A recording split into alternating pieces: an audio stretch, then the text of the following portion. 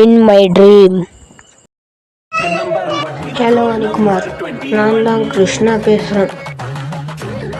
நீ வரப்போகிற ஹல்க்கு கிட்டேருந்து இந்த பூமியை காப்பாற்று.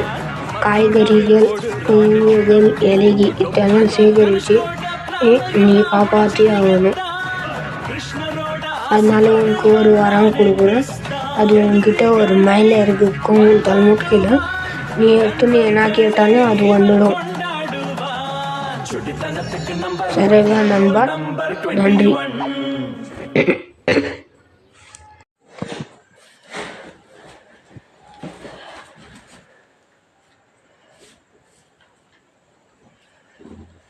அப்பா, இந்த நிமில இருக்க கிருஷ்ண சொன்ன மாதிரி வந்தாச்சு.